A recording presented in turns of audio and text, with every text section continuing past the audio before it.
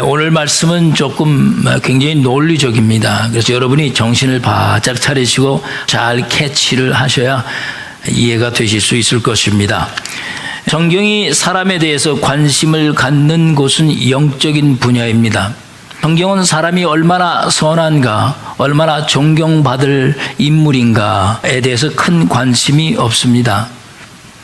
성경이 사람에 대해서 갖는 관심은 사람이 죄 아래 있느냐 아니면 은혜 아래 있느냐에 대한 관심이 더 중요합니다. 그리고 죄 아래 있다는 것에 대해서 매우 성경은 민감한 반응을 보입니다. 이렇게 성경이 사람이 죄 아래 있느냐 아니면 은혜 아래 있느냐에 관련해 민감한 반응을 보이면서 유독히 강조하는 것이 있습니다. 그것이 바로 의에 관한 것입니다. righteousness입니다. 성경이 이 의에 대해서 그토록 강조하는 이유는 인간의 구원의 문제가 바로 죄 아래 있느냐 아니면 은혜 아래 있느냐에 따라서 확연히 달라지기 때문입니다. 그러므로 어떤 사람이 자신의 의에 대해서 부단한 관심을 갖는다는 것은 매우 중요한 것이며 또한 그 사람이 구원에 대한 갈망이 있다는 것을 밝혀주는 중요한 증거가 되는 것입니다. 먼저 오늘 본문 로마서 3장 10절 말씀을 보시면 이 의와 관련해서 아주 충격적인 말씀을 성경이 선언을 하셨습니다. 자, 우리 10절 말씀을 보시면은요, 의인은 없나니 하나도 없다라고 말씀을 했습니다. 자, 이 말씀대로라면 사람은 매우 절망적일 수밖에 없지 않습니까? 의인은 없나니 하나도 없다고 했으니까 말이죠. 그렇다면 정말 의인이 없는 것일까? 정말 의인이 없기 때문에 성경이 이렇게 말씀하셨는가를 생각해 보아야 합니다. 이 기본적인 질문에 답을 하기 위해서 제가 살펴볼 의와 관련된 이 첫 번째 말씀은 마태복음 5장 20절 말씀인데요. 이 말씀을 먼저 살펴보아야 하는 이유는 성경에서 말씀하는 의가 왜 중요한지를 이 성경에서 밝히고 있기 때문입니다. 우리 마태복음 5장 20절로 다 가보시겠습니다. 준비되셨죠? 자, 마태복음 5장 20절 같이 읽겠습니다. 시작. 내가 너희에게 이르노니 너희 의가 서기관과 바리새인보다 더 낫지 못하면 결코 천국에 들어가지 못하리라. 자, 이 말씀에서 분명하게 밝히는 것이 있습니다. 의와 천국의 관계입니다. 성경이 말씀하는 의는 천국을 들어갈 수 있는지 없는지를 밝혀내는 키를 갖고 있다는 것이죠. 특별히 이 말씀에서 의의 소유권에 대해서 밝혔는데 누구의 의라고 말씀을 하셨습니까? 너의 의라고 했다는 점이 매우 중요합니다. 성경은 하나님의 의라고 말씀하지 않았습니다. 그렇다면 이 말씀에서 너희는 도대체 누구를 가리키는 것일까요? 바로 예수님의 제자들을 가리키는 것입니다. 그러니까 너희 의란 이미 선택된 하나님의 백성으로서의 의를 말씀하고 있는 겁니다. 보다 더 정확하게 표현을 하면 우리의 의이지만 우리의 관점에서 본 의가 아니라 우리의 의라 할지라도 하나님의 관점에서 본 의를 말씀하고 있는 것입니다. 그런데 마태복음 5장 20절 말씀을 좀 더 상세히 살펴보시면 하나님의 관점에서의 의뿐만이 아니라 사람의 관점에서 본 의도 이 말씀에 포함되어 있다는 것을 우리는 깨달아야 합니다. 그것을 성경이 대조법을 사용해서 말씀했는데 뭐라고 대조하셨나요? 너희 의가 누구보다 서기관과 바리새인보다 더 낫지 못하면이라는 대조법을 사용하셨어요. 그렇게 이렇게 말씀하셨습니다. 너희 의가 누구보다 더 낫지 못하면, 그러니까 이 말씀은 서기관과 바리새인들도 자신들의 의를 갖고 있었다는 것입니다. 중요한 것은 우리들의 의가 그들이 갖고 있는 의보다 더 나아야지만 어디에 들어갈 수 있다는 겁니까? 천국에 들어갈 수 있다는 것입니다. 그렇다면 우리들의 의와 그들 바리새인들과 서기관들의 의의 차이점은 도대체 무엇일까요? 아주 분명한 것은 서기관과 바리새인들의 의로는 천국에 들어갈 수 없다는 점입니다. 만약에 성경이 천국에 들어가지 못하리라 하신 말씀을 아예 거론하지 않았다면 너희 의든지 서기관과 바리새인의 의든지 무엇이 상관이 있겠습니까? 그렇다면 천국에 들어가지 못하는 의인은 분명히 존재하는데 그것이 바로 서기관과 바리새인보다 더 낫지 못한 의라는 것입니다. 여러분과 내가 혼동하지 말아야 할 것은 어느 것이 진짜 의인가를 밝히려는 것이 아니라는 점입니다. 사람들은 이런 일을 종종 하고 드는데요. 무엇이 진짜냐, 무엇이 가짜냐, 아무 쓸데없는 것입니다. 서기관과 바리새인들의 의도 의이기는 하지만 그것은 그들만의 의였다는 사실입니다. 이것이 중요한 것입니다. 그들의 의가 무엇에 기준을 했습니까? 바로 율법입니다. 사람들이 혼동하는 이유가 바로 여기 있습니다. 율법을 지킴으로 해서 외형적으로 나타나는 어떤 도덕적인 의도, 사람들은 의라고 생각을 하기 때문에 그런 인간적인 관점에서의 의도, 천국에 들어갈 수 있다고 막연히 생각을 하는 것입니다. 그렇다면 여러분과 저는 분명한 것 한 가지를 오늘 이 말씀을 통해서 알게 되었습니다. 사람들에게 의가 필요한 이유입니다. 무엇 때문입니까? 바로 하나님의 의는 구원의 절대적이라는 것입니다. 그리고 하나님 나라에 들어가는 중요한 키를 이 의가 가지고 있기 때문입니다. 이렇게 의와 천국의 깊은 관계를 맺고 있는 이유는 하나님의 나라가 현존하는 것이기 때문입니다. 문제는 그리스도인을 포함해서 수많은 사람들이 이 현존하는 하나님의 나라를 동화 속에서 나오는 상상 속의 나라로 생각하는 경향이 아주 짙습니다. 신앙생활을 평생을 한 사람들도 그렇게 생각하는 경우가 많습니다.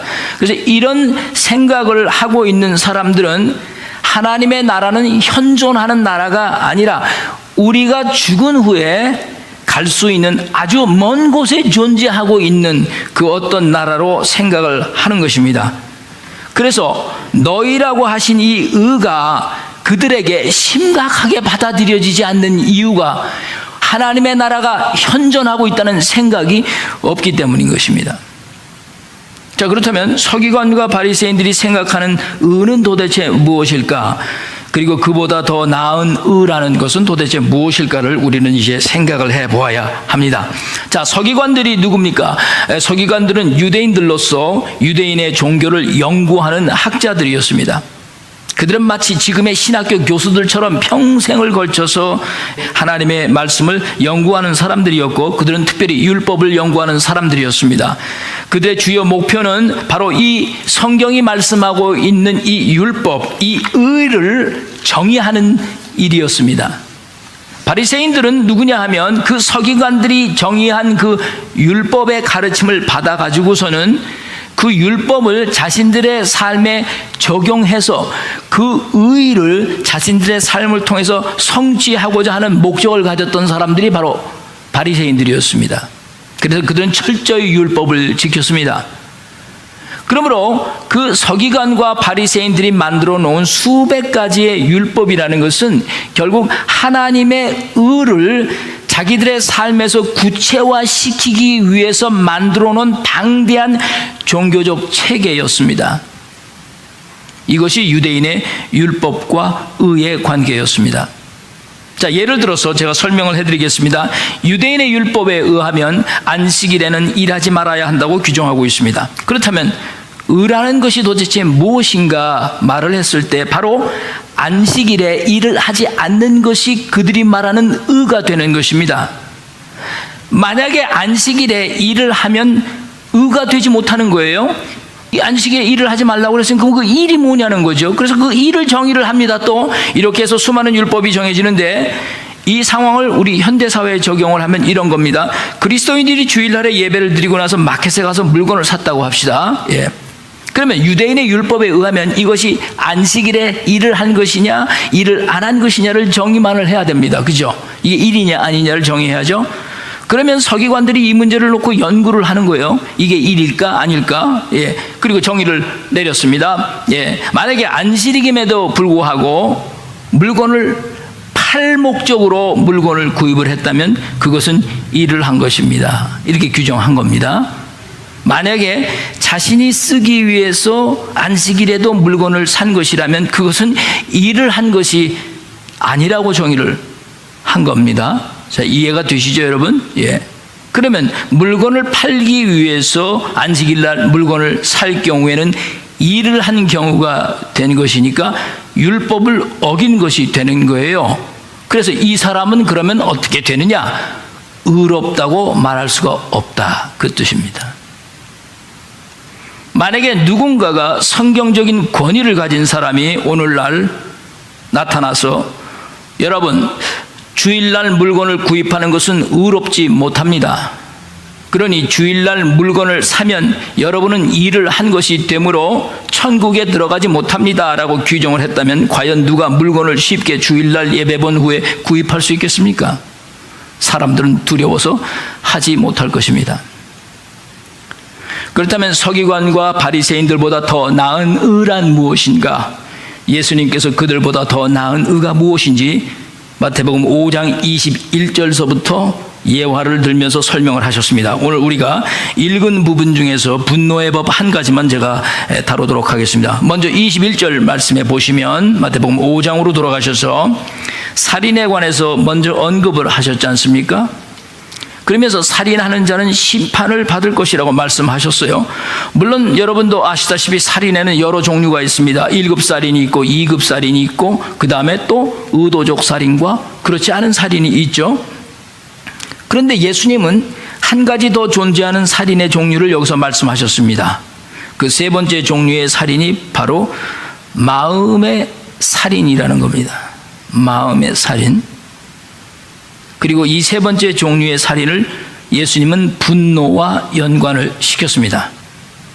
마태복음 15장 21절과 22절 말씀을 우리 한번 같이 읽겠습니다. 시작. 옛사람에게 말한 바 살인하지 말라. 누구든지 살인하면 심판을 받게 되리라 하였다는 것을 너희가 들었으니 나는 너희에게 이르노니 형제에게 노하는 자마다 심판을 받게 되고 형제들에 대하여 나가라 하는 자는 공회에 잡혀가게 되고 미련한 놈이라 하는 자는 지옥불에 들어가게 되리라. 여러분, 이 말씀이 좀 이해가 되십니까?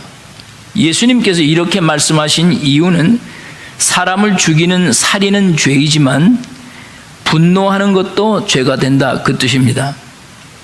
왜냐하면 살인의 그 뿌리가 바로 그 분노 속에서부터 나오기 때문이라고 말씀하시는 겁니다. 서기관들과 바리새인들이 이 생각한 분노라는 것에 대해서 그들이 생각한 의는 이런 것이었습니다. 내가 마음속으로 분노하고 내가 마음속으로 어떤 사람을 미워하고 증오할 수 있지만 그 마음속에 있는 미움과 증오를 내가 절제하고 그 증오심과 미움을 내가 바깥으로 표현하지 않는다면 그것은 아주 의로운 것이다.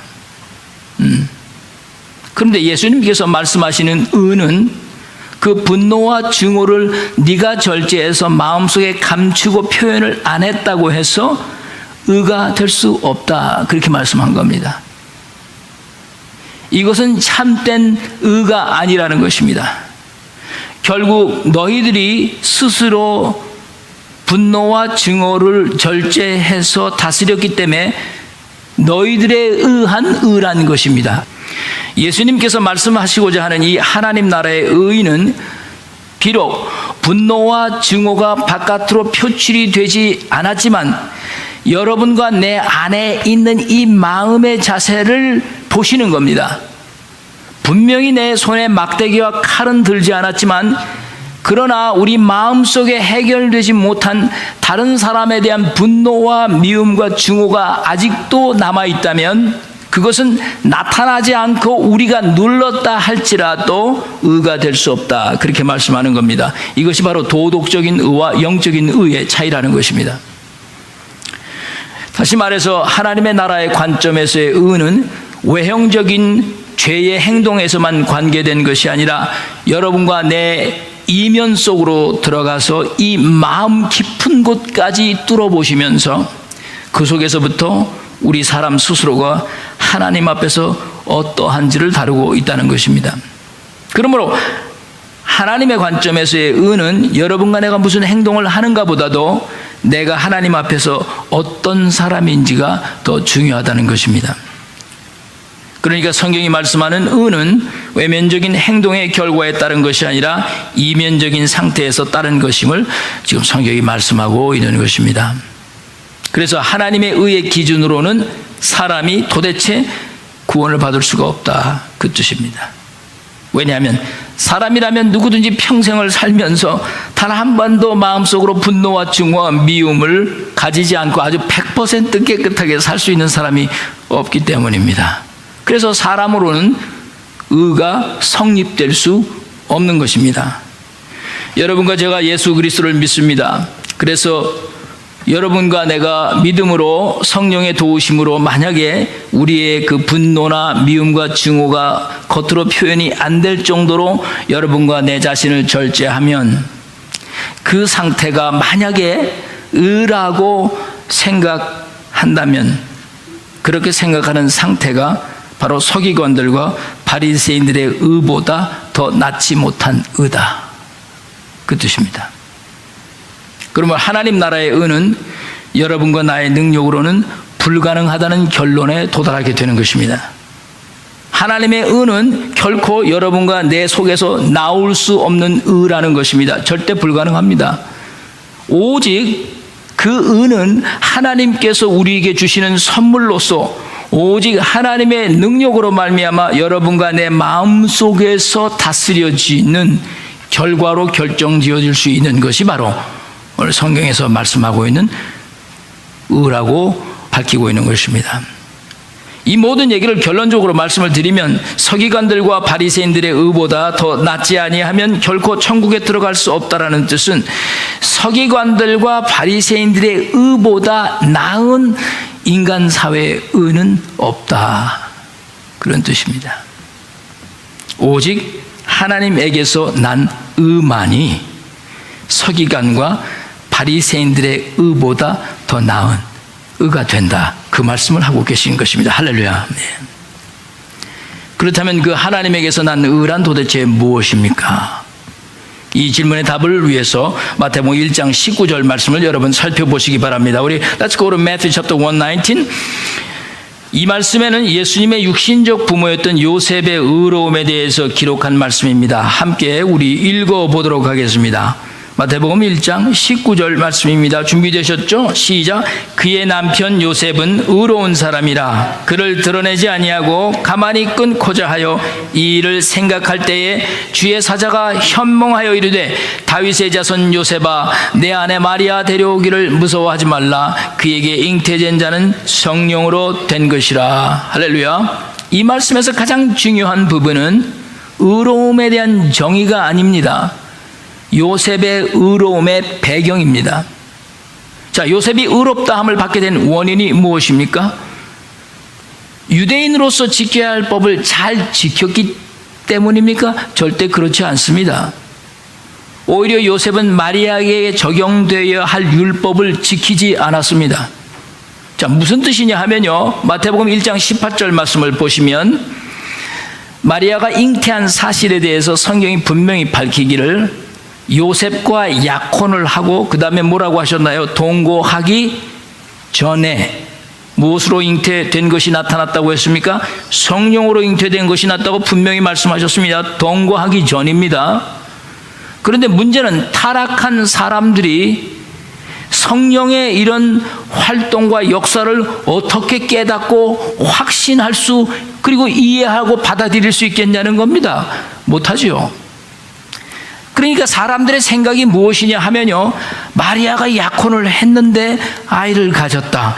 이야, 그러면 요게 어찌된 일이냐? 마리아가 약혼하고 요셉과 동침하기 전에 잉태를 했다면 이거 굉장히 심각한 문제가 생기는 거 아닙니까? 그래서 신명기 22장 23절 24절의 말씀이 그들은 적용되어야 한다고 생각을 하는 겁니다. 타락한 사람들의 생각이 그렇다는 거예요.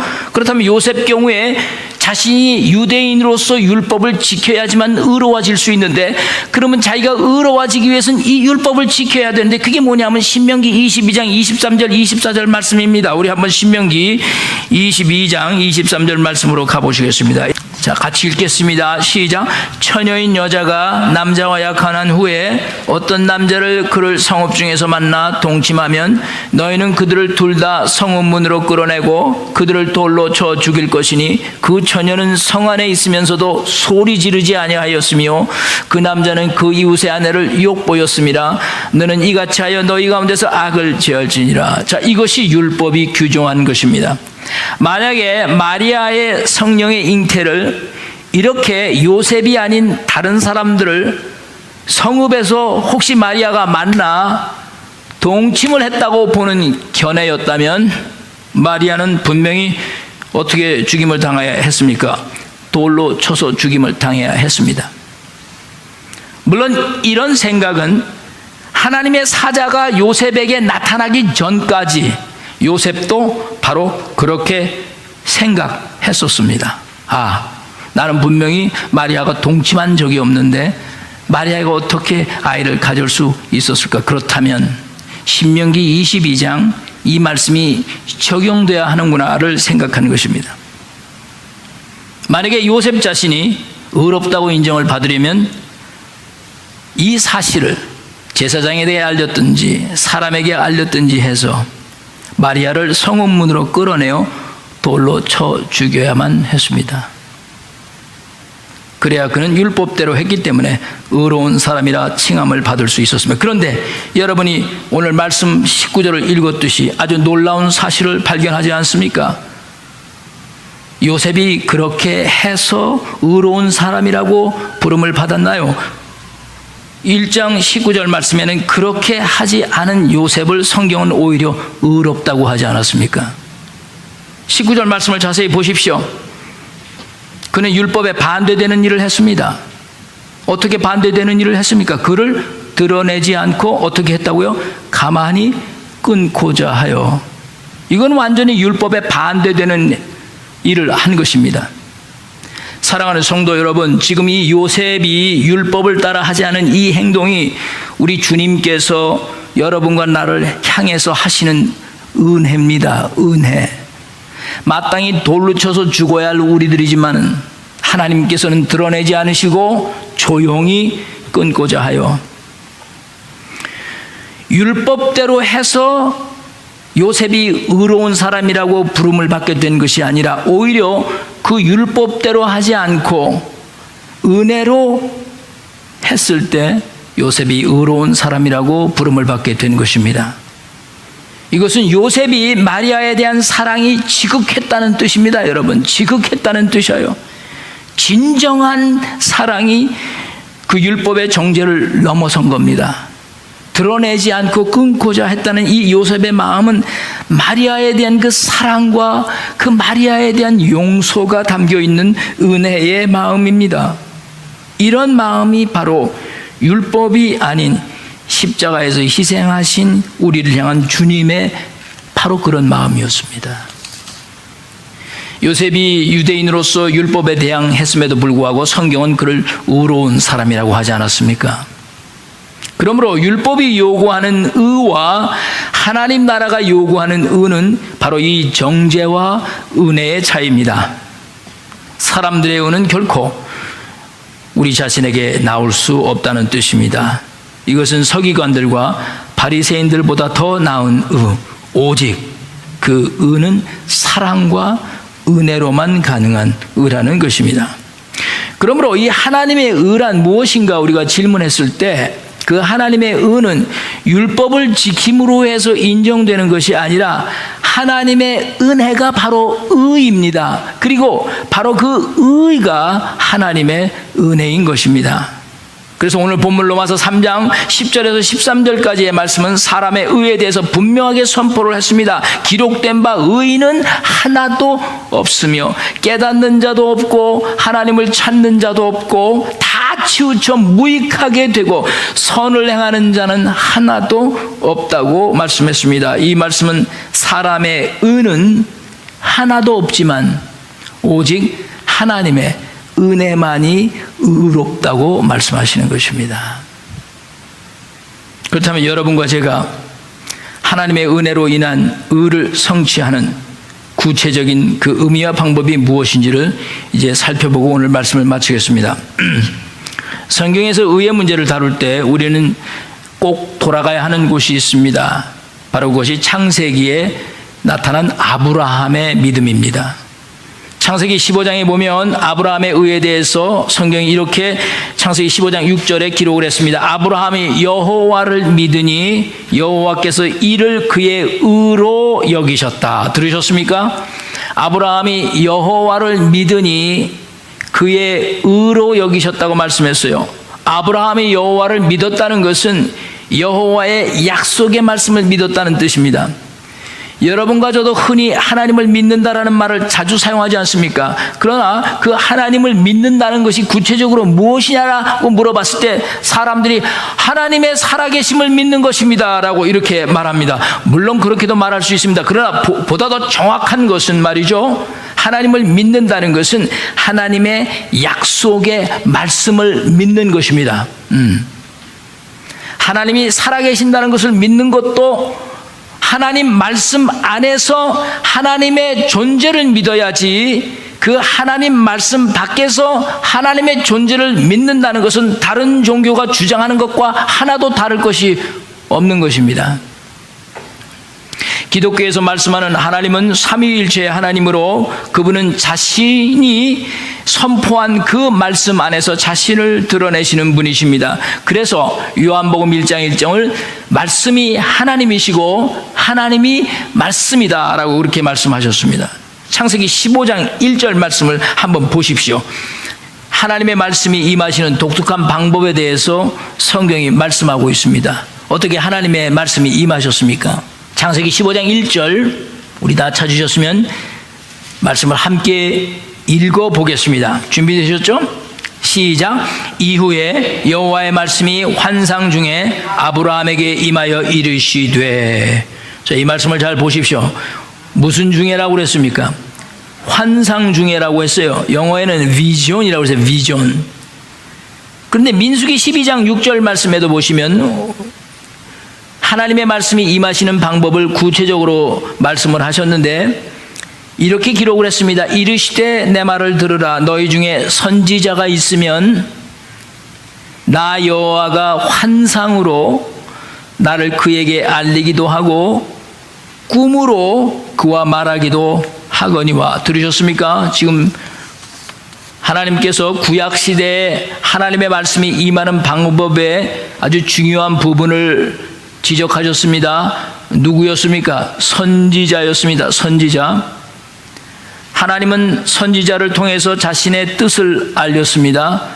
선지자를 통해서 자신의 말씀을 알리는 방법은 환상과 꿈을 통해서 말씀하셨습니다. 그런데 예외가 있었습니다.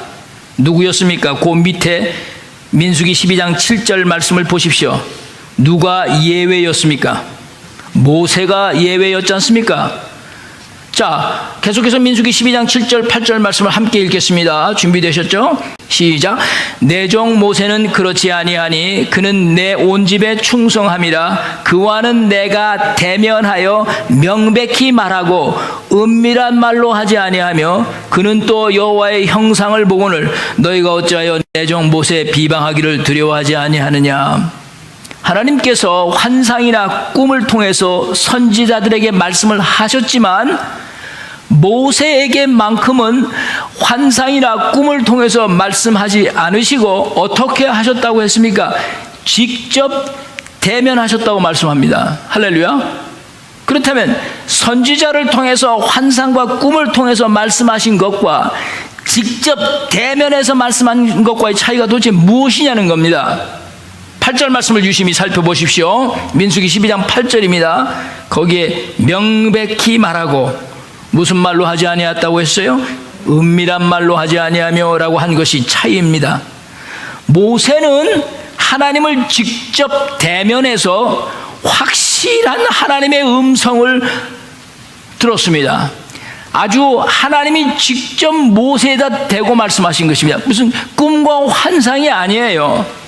얼마나 대단한 말씀입니까? 그러니까 모세는 하나님이 무엇을 말했지, 꿈에 무엇이 나타났지, 환상에 그때 나타난 것이 무엇이지 더듬어가면서 기억을 한 게 아니고 확실하게 알고 있는 거예요. 그래서 더듬어가며 기억하지 않고 확실하게 들은 음성을 가지고 적어 내려간 것입니다. 제가 왜 의에 관해서 말씀을 하면서 이 하나님의 말씀의 전달 방법에 대해서 말씀하는 이유가 무엇일까를 여러분은 생각을 하실 겁니다. 제가 이렇게 하나님 말씀의 전달 방법을 의와 연결시켜서 말씀하는 이유는 바로 사람이 의로워지는 것이 하나님의 말씀과 절대적 관계를 맺고 있기 때문입니다. 여기서 중요한 초점은 바로 대면하여 명백하게 말씀하시는 하나님이라는 겁니다. 여러분 앞에 명백하게 말씀하시는 하나님을 대면한 적이 있으십니까, 여러분은? 그걸 모르시겠습니까? 날마다 여러분은 꿈과 환상으로 나타나는 하나님을 만나는 게 아니고 나에게 명백하게 은밀하게 말씀하지 않고 분명한 목소리로 말씀하시는 그 하나님을 날마다 대면하고 계십니다. 그것이 도대체 무엇입니까? 여러분들이 들고 있는 하나님의 말씀인 성경입니다. 이 성경은 꿈과 환상이 아니지 않습니까? 이 성경은 하나님이 여러분을 향해서 모세에게 하듯이 대면하면서 지금 직접적으로 말씀하시는 말씀입니다. 성경은 은밀한 말로 여러분과 나에게 말씀하지 않습니다. 성경은 분명하게 하나님의 말씀을 말씀합니다. 종종 오늘날 많은 목회자와 성도들이 이 점에서 실패했습니다.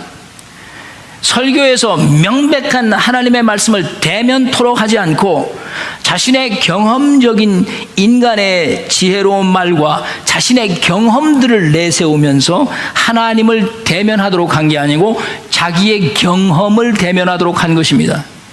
하나님의 말씀을 빙자해서 자신이 하고 싶은 말을 한 것뿐입니다, 여러분. 그래서 오늘날 교회와 성도들의 신앙이 이 꼴이 된 겁니다. 거룩한 하나님의 말씀을 빙자해서 하나님을 대면케 하지 않고 하나님은 없어지고 결국 사람들을 대면케 한 것입니다. 그러므로 사람이 의로워지는 것에 대해서 여러분과 나는 하나님의 말씀을 대면하는 자세를 바로 깨달아야 합니다. 성경을 대하는 자세는 하나님께서 모세에게 직접 대면하여 말하신 것처럼 오늘날도 여러분과 나에게 꿈과 환상으로 말씀하시는 것이 아니고 이 성경의 말씀을 통해서 역사하신다는 것입니다. 이것이 여러분과 제가 말씀을 믿고 의로워지는 길인 것입니다. 성경은 그런 자들 통해서 성령으로 역사하시는 것입니다. 오늘 로마서 10장 9절 10절 말씀을 읽고 오늘 설교를 마치도록 하겠습니다. 다 찾으셨으면 우리 마음을 다해서 읽도록 하겠습니다. 시작. 내가 만일 내 입으로 예수를 주로 시인하며 또 하나님께서 그를 죽은 자 가운데서 살리신 것을 내 마음에 믿으면 구원을 받으리라. 사람이 마음으로 믿어 의에 이르고 입으로 시인하여 구원에 이르느니라. 아멘. 우리 같이 기도드리시겠습니다.